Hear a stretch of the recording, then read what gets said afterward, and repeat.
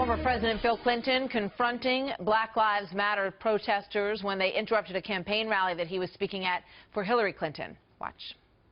She was the first person that really talked about that. But in order to do it, they talked about this yesterday. In order to do it. Wait a minute. Okay, I heard it. Can I answer? No, you see, here's the thing. I like protesters, but the ones that won't let you answer are afraid of the truth. That's a simple rule. Be afraid. Be very, very afraid. And he later told them, he said, tell the truth. They were protesting about the three strikes you're out policy that he instituted in 1994 that they felt was unfair. David Goodfriend joins me now, former Deputy Staff Secretary to President Bill Clinton and Hillary Clinton supporter. David, good to have you with us today. Thanks for having me. You know, people have different takes on this. You know, when you really listen to what Bill Clinton said in this to these protesters, I think a lot of people would say that they wish that more people would say the same thing. You know, he's talking about people who are being killed in your own neighborhood and looking at where the problem is really coming from. He may have been speaking the truth to them. Well, of course I'm biased. I love President Clinton. I worked for him, and I'm very loyal to him. But I also will tell you that I witnessed in working for him such a degree of honesty and give and take between him and leaders in the African-American community and individuals in the African-American community. You never heard Bill Clinton say, for example, in this exchange, that Black Lives Matter is somehow illegitimate. He honors them and recognizes their views. What you saw there was an honest exchange of views. So President Clinton pointed out, for example, that his bill included an assault weapons ban, that it included community policing funding, it included a lot of things that the African-American community and other communities have been calling for. I do think that in this case, I go back to the words of Justice Sotomayor, the Supreme Court Justice, who wrote in her autobiography that minority communities are often the biggest victims of violent crime.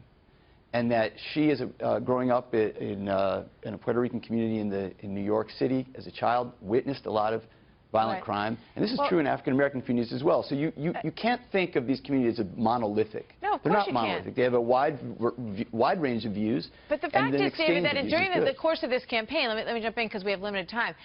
During the course of this campaign, when this happens, when Black Lives Matter protesters show up, what you generally hear from the candidates is, sort of that they sympathize with their perspective, that they, don't stick up for law enforcement in this country, which Bill Clinton did during his administration. So the question is raised is, in terms of these candidates in the Democratic Party, some people look at what Bill Clinton says and say, it makes sense. He's making sense, and they feel like the Democratic Party does not make a whole lot of sense anymore in a lot of ways. And I want to put up a quote from Dan Henninger in a piece that he wrote yesterday, which was based on the Panama letter situation, but he's talking about how Democrats approach the economy. He says, in the now extinct Democratic Party, the party of Hubert Humphrey, Jimmy Carter, and Bill Clinton, room existed for the private sector to breathe.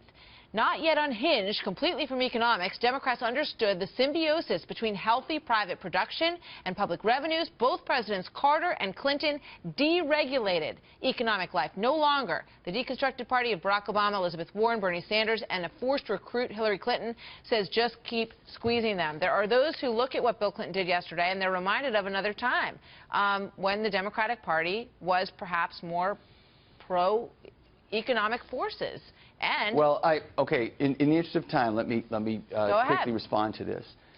First of all, if you want to live like a Republican, you vote like a Democrat. That's an old saying. If you look at the economy under Barack Obama, it has grown in employment and GDP and stock value every single month over the last, I believe it's 67 months. So I dispute this notion that somehow the current Democratic Party is bad for the economy. Quite the opposite.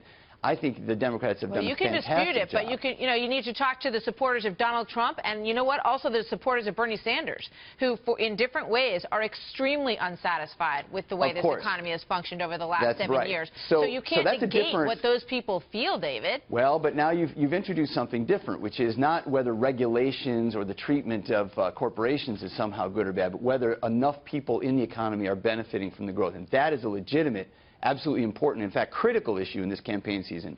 Economic inequality and wage stagnation are top of mind. Right, but President Clinton deregulated in order to improve the economy. This president, look at the front page of the papers this morning. He's talking about further regulations. He's happy, in terms of to increase regulations because he wants to prevent inversions. There's a reason those companies are leaving the United States, David. Well, I think anybody who wants to dodge U.S. taxes while the rest of us have to pay should be hung up by their toenails. That being said, I do think Bill Clinton had a mixed approach to this. So, for example, he advocated a health reform policy that was probably to the left of what Barack Obama ended up doing. He advocated a lot of things that I think you would classify as regulatory, and yet had the longest economic expansion in American history since the end of World War II. I absolutely dispute this notion that somehow Bill Clinton and Barack Obama and Hillary Clinton have any daylight between them when it comes to the proper role of government and the growth of business in the U.S. economy. That is just, I think, laughable on its face. Well, you can dispute it, but there are people who probably voted for Bill Clinton who may be looking for different alternatives than Hillary Clinton in this election. Some of them are looking to Bernie Sanders, and some of them are looking to Donald Trump. Now, that is true. I will say this.